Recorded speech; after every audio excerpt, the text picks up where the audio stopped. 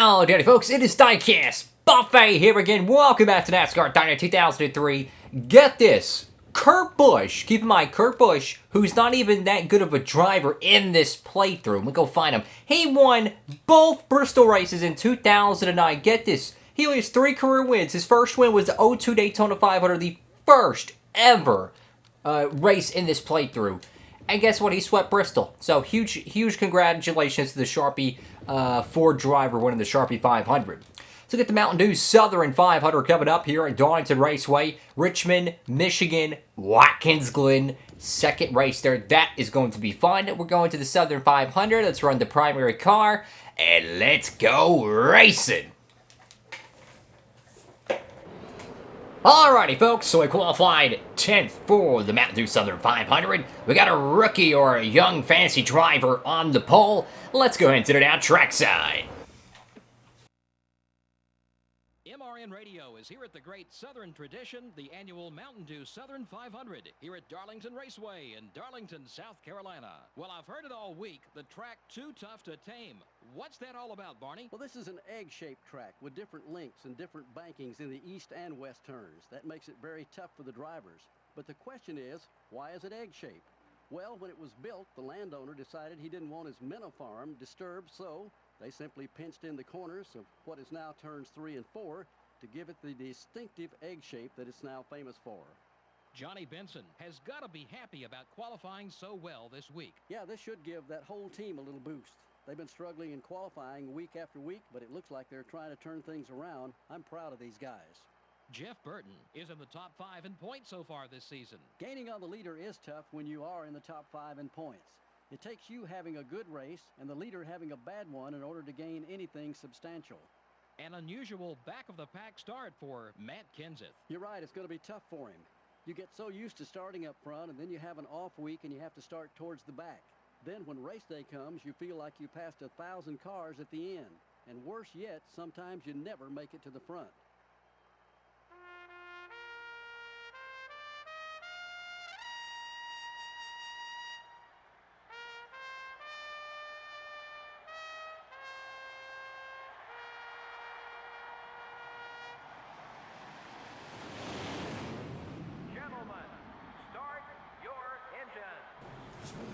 Alrighty, folks, here we go. It's time for the final crown jewel race of the season, the Darlington Southern 500.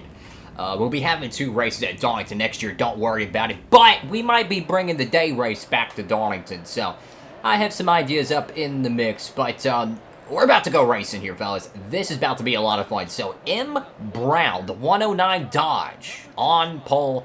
This is going to be fun. Mark Martin, outside pole sitter. Get your popcorn, get your beef jerky, and get set and ready to go. Terry Labonte, oh my god, he's spinning the tires. Can't get going there. I take the blame for that. We got up on a restart. Oh, crap. Sorry, Terry. We had a really good restart there, and Terry could not get going. And that put him way back outside of the starting position. Here comes Jeff Green on the outside, followed by a Coors Light Silver Bullet. Now, this is the Southern 500, the final of 4 main Crown Jewel events. Really, you could throw in the Daytona Road Course as another Crown Jewel. In my opinion, it is the premier road course of the season. Throw in the Bristol Night Race back in the 2000s, it was a Crown Jewel. You could say the Pepsi 400 as well was as well. I mean, think about it, 4th of July weekend, stock car action, it's big. Anyways, I want to be patient here at Darlington early on. Patience. Because this is a track that you cannot win it on lap 1, 10, 15, 20, doesn't matter. It's a 36-lap race. In a lot of ways, it's pretty much the same as the Coca-Cola 600. It is an endurance race.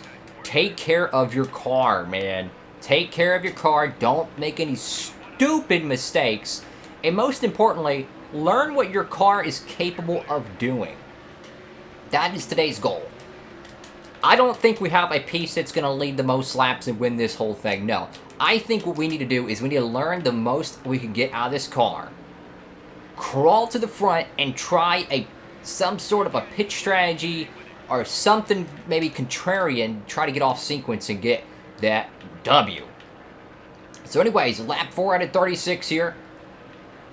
I mean, if we catch a caution, then we might be able to just muscle our way through the field. But Martin's going to have a very stout Ford Taurus to win this thing. Oh, we got a Stanley Steamer. Is that Greg Biffle?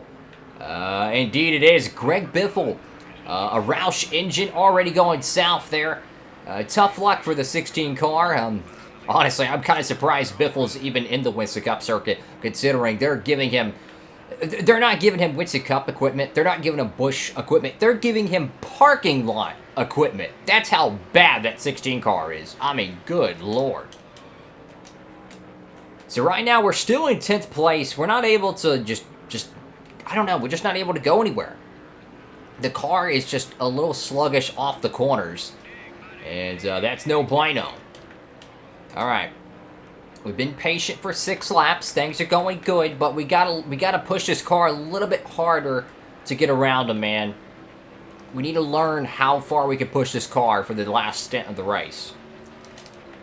And 3 and 4 don't want to make any severe contact. There we go. Ooh. There we go. Might be able to hold off the 30. Come on. Side draft them. Yes! Completed pass. Okay. We got 1 car there. Underneath Sterling Marlin, maybe a Dodge Intrepid as well. The 199 car gets loose on the corner exit. That gets Marlin to brake a little bit. Side draft, here comes Green. And wow, that got dicey very quickly. Here comes Benson and Terry Labonte. Oh, look at that run on the bottom right there. Exit on turn 4 definitely is our strong suit. It looks like they roll up a little bit and we're back on the gas a little bit, so... that's definitely an area we can gain on. Entering turn 1 is a good spot too. Ooh, that 199 car is not giving up. Oh crap! Side by side off the corner. Great racing here in Darlington, South Carolina. Really good stock car action. I'm gonna try to get around him as cleanly as possible. That's what I want to do. Take care of that right side. That way, when the pay window's open and the Brinks truck's in the parking lot, we could satch boogie and try to win this thing, fellas. Who is this right in front? Oh, is that the pole sitter? Oh, tough luck for the Bud right there. Qualified on pole, and he's pretty much pulling a, what was it? A Todd Bodine pole sitting opportunity back in the early 2000s when he would get out front and something stupid would happen. I tell you what, Todd Bodine was a man on a mission during qualifying back in some of those early 2000s 1.5 mile races. Man, that guy was fast. I got the 109 Dodge Intrepid, your pole sitter. He's just going to conveniently give us the spot. Honestly, it looks like he's just giving up tires. That's what it looks like to me. It just looks like the car is not rotating too well for him. Probably they had to do something in their setup to get that, of course, that qualifying speed, and it's probably really aggressive on tire wear. Anyways, lap 6, or no, we're in position number 6. Lap 10 here, though. We're running down Darrell Wolf, which I say this once and I say this again. That 63 car is pretty much Martin Truex Jr. and the 78 car. It's a single car operation, small team. They were pretty much start and park status when they first started here in the Cup Series. And now they are contending and knocking on the door every week for a Winston Cup win. I'm telling you, man, they are the upset, feel-good Cinderella story of the entire season, man. What the equipment they have and how fast they're running is absolutely remarkable. When you consider guys like Mark Martin, Sterling Marlin, Dale Jarrett, Rusty Wallace, Bill Elliott, Jeff Gordon, Jeff Burton, so many big-name veteran drivers are still full-time in this series. They have not retired yet. And throwing Bobby Labonte, Tony Stewart, Dale Earnhardt, the list goes on, and he's running top 5 here. Absolutely remarkable. And I think you have to kind of tip the cap to Terry Labonte, who's running, greatly in 7th place. That 5 car is, let's be honest, every week, it's pretty much 30th to 25th. A top 10 today for that 5 Chevrolet would do just absolute wonders for that camp right there. Lap 13 out of 36, just a good South Carolina stock car race going on here. Taking care of our equipment, setting up for that last stint of the race. Mark Martin is putting on a clinic with Jarrett and Jr. in 2nd and 3rd. Pit stops, let's see, 36. Cut it down the middle, about lap 18. So we're very close on the pit stops. Tire wear is actually pretty good, though. So I'm not worried about tire wear. Let's see, we're past halfway. We probably hit it with about 12 there, so double that, that's 24. There's less than 24 to go, so the pay window, or the fuel window, I should say, is open. We could pit right now and make it to the end, and will anyone be pitting here, fellas? I wouldn't be surprised. Underneath the 63 car, you can see how our tires are faster than them. And to win the Southern 500 would be such a huge deal for the Roush camp. Martin out front, but there's no Jeff Gordon up here. And I want to check that real quick. Where is Jeff Gordon? Another huge championship contender here. Jimmy Johnson Meyer back in 18th. 22nd for Gordon, who is one of the all-time greatest at Darlington. He has won, in real life, he's won here like 7 times. I think up into this game's release, or not release, but 2002, so to speak. I think he won here like 5 times, maybe 6. So, I mean, Gordon in this game's programming, because the drivers do react differently to different tracks. You always see Michael Waltrip and Dale Jr. run good at the plate tracks, X, Y, and Z. Jeff Gordon should be a lot better here, so he's got a bad race car right now, something. Anyways, I'm going to be contrarian here. Let's go for it. Let's pit. Look at that. The 63 has the same idea. Wow. This is going to get interesting here. Last minute call. We're going to go ahead and pit. We're going to drop the PSI. Keep the car loosey-goosey, man. And let's go for it, yo.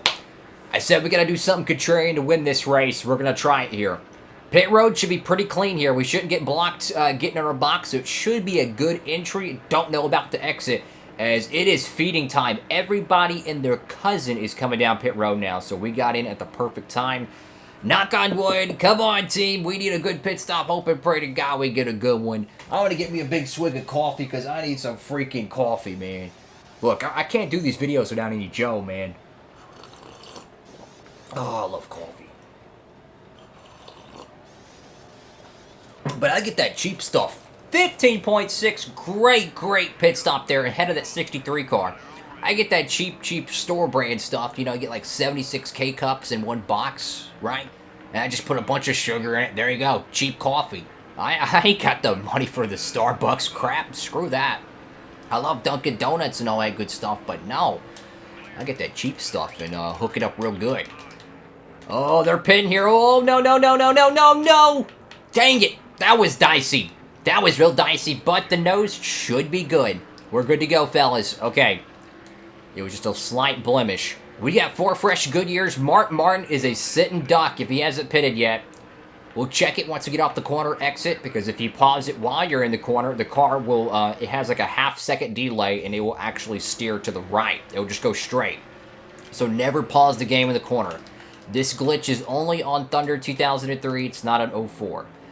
For the newer fan out there. Look how much faster we are than Kevin Harvick. I mean, Kevin Harvick feels like he's got boat anchors in the back end of that thing. I mean, good God almighty. He's got a freaking parachute on that thing. Holy crap. And there's Sterling Marlin there. And now we're flying around this joint. And let's see. Yeah, Martin's just on pit road now. So he probably lost, at least to my calculations, fellas, he probably lost 1.4 seconds on pit road. That's my best calculation. Or not on pit road, but to the whole racetrack. I think he lost probably 1.4 seconds because Donington is a cheese grater on tires, bro. It is a cheese grater on tires. So, we're in 11th place right now. I'm not sure how everything's going to shake out, but Sterling Marlin is going to, he's going to have a tough day, so to speak, passing me at Darlington for a win, if it comes down to it, because I will put that silver bullet in the fence if I have to. Who's out front right now? Let's check. Looks like Dave Clark and Kevin Harvick. They're trying to catch that caution right now, and boy, if they do, take everything you know and throw it in the blender, because anybody could win this Southern 500. Still 15 laps to go, fellas. A lot of racing left. It's not too late to get your popcorn. And if you can, give the video a big thumbs up, fellas. We got a big one to settle here in Darlington. Harvick's going to come. No, that's Dave Clark coming in. Not sure about Harvick. I believe he came in as well, as Harvick was second. That surrenders that 1 lap penalty lap down penalty, really, for everyone there. Kind of gets rid of that burden. Now, where are we all going to be? There's probably, 2 cars on pit road, so that should bump us up to about 5th, maybe 4th. I imagine Harvick pitted there, too. Yeah, this should be. I don't see why he wouldn't. Oh, boy. But was that a net gain?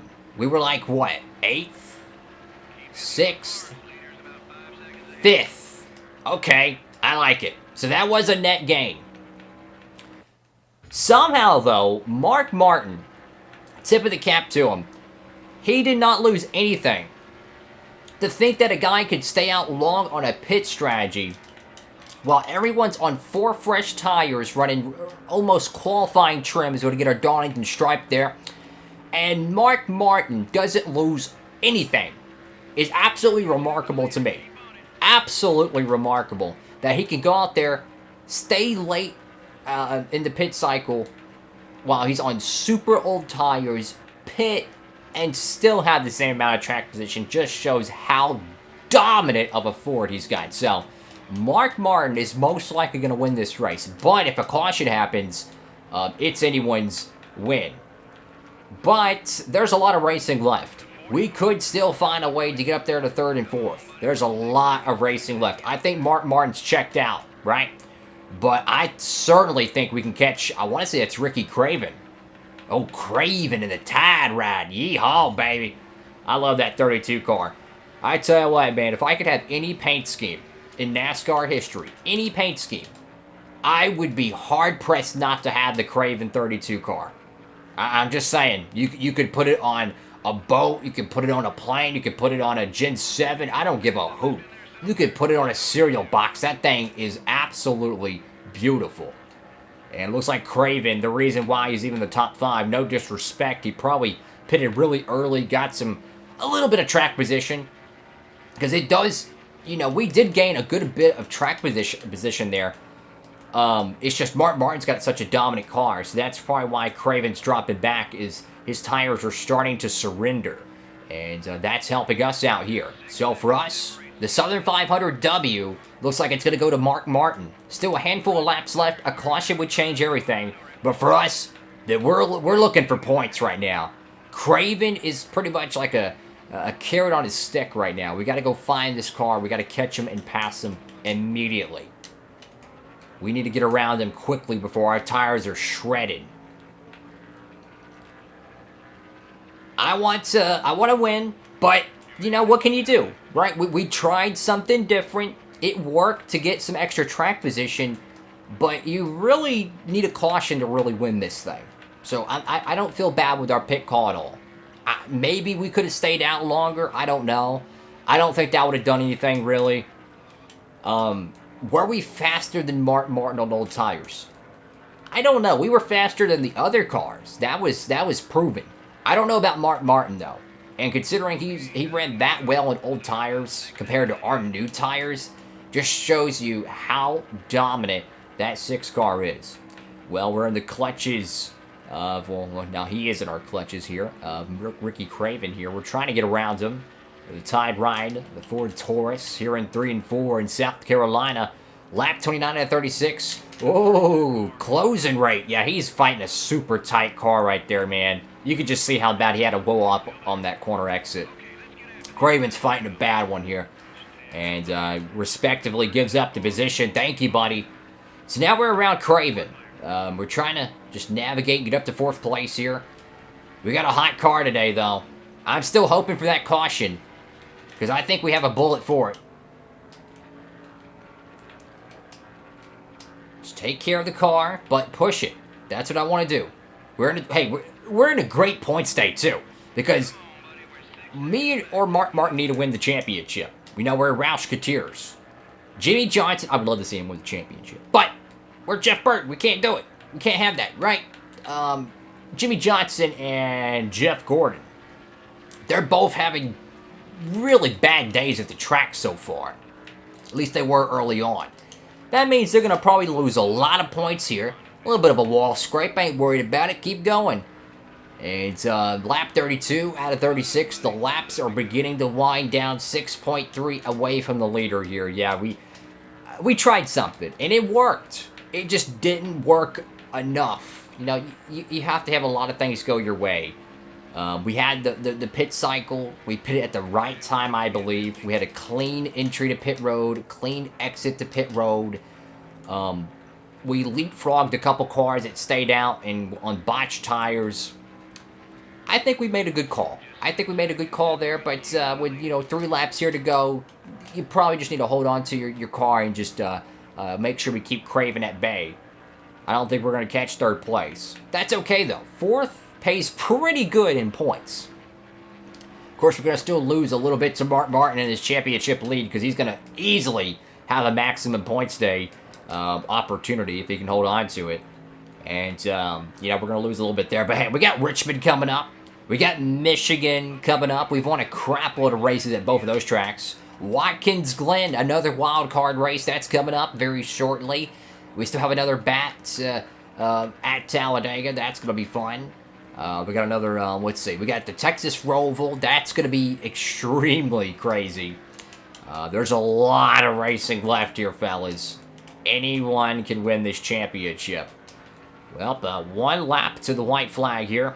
2nd and 3rd place have just flew away. 7 seconds back. Yeah, we're definitely battling the tire wear. And another thing I just noticed is that, lap down cars weren't even a factor today. So I don't know if that's just all of us being slow, that we couldn't catch the lap down cars, or maybe the lap down cars were just that competitive today. Because Mark Martin finally is starting to hit the lap down cars.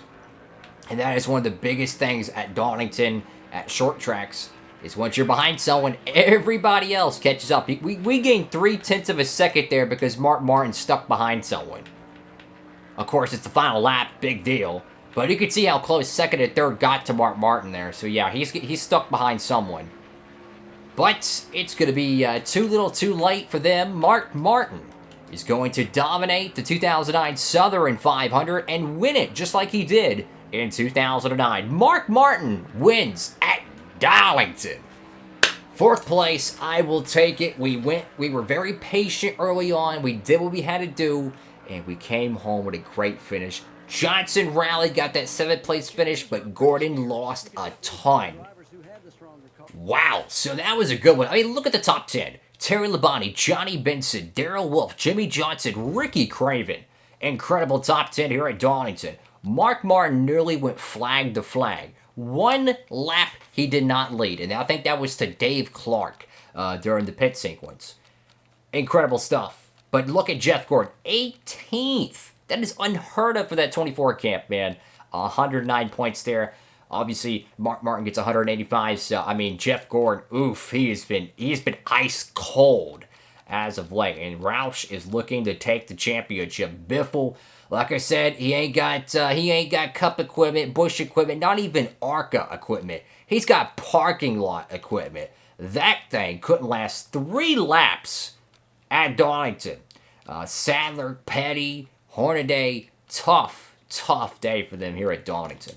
Thank y'all so much for watching the video. Make sure to give it a big thumbs up, like, comment, and subscribe. Upload these every Monday, Wednesday, Friday, and Saturday, 3 p.m. Eastern Standard Time. And if you want to get free shipping on any NASCAR diecast, make sure to use the promo code DIECASTbuffet down below in the description. Over there at Circle B Diecast, guess what? Any orders $20 or more, so like 3 164s, you'll get free shipping. That's how I get all my diecasts, and I highly recommend you go check it out. So, yeah. Darlington is in the books. We're going on to Richmond, Michigan, and Watkins Glen. It's going to be a lot of fun. Hope you're having a great one. Diecast Buffet. Stay humble. Signing off.